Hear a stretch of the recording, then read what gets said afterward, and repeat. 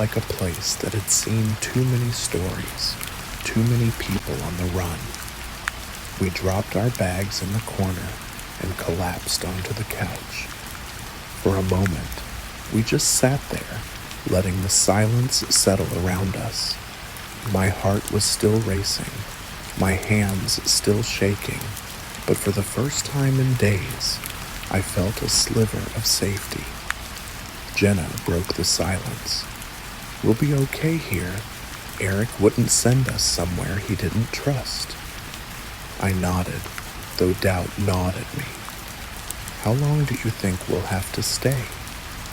She shrugged, her eyes dark with worry. "As long as it takes, until Eric says it's safe."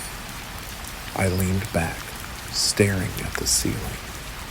The reality of our situation pressed in on me. No phones, no contact.